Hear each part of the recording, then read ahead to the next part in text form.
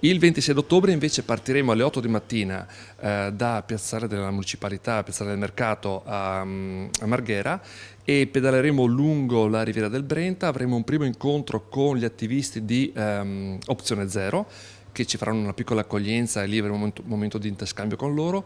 Poi con vice sindaco di Padova e l'assessore all'ambiente di Padova ci troveremo alla Casa dei Colori a Padova e arriveremo poi a Castelfranco più o meno verso le 3 del pomeriggio, dove incontreremo i ragazzi del TEDx e altri che si uniranno con noi, e poi dritti tutti insieme fino a Bassano. Ci aspettiamo veramente tanti ciclisti che pedaleranno con noi. La data è di quelle da segnare nel calendario: pedalare da Marghera per arrivare fino a Bruxelles al Parlamento europeo. Noi siamo pronti per partire, per tirar fuori le nostre biciclette dal garage, montare in sella e dopo 13 giorni e circa 1400-1500 km arrivare alla Commissione europea per dare un segnale forte sul cambiamento climatico. È la nuova sfida del biologo ciclista di Marghera, che già conta un centinaio di attivisti ciclisti. Ride with us, pedala con noi, il nome del progetto, aperto a chiunque voglia fare anche solo pochi chilometri o una singola tappa. Quindi l'attrezzatura per l'equipaggiamento, per il caldo, per il freddo, per la pioggia, un po' di cambi per la bicicletta perché la rottura della catena ad esempio è una cosa abbastanza comune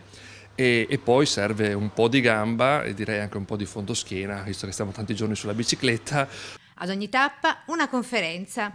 Parleremo di cambiamento climatico, parleremo del problema dell'innalzamento degli oceani rispetto a Venezia, ne parlerà il ricercatore del CNR il 25 al vapore, parleremo della tempesta Vaia che sarà raccontata direttamente da chi l'ha prevista da 100 metri di Teolo a Bassano.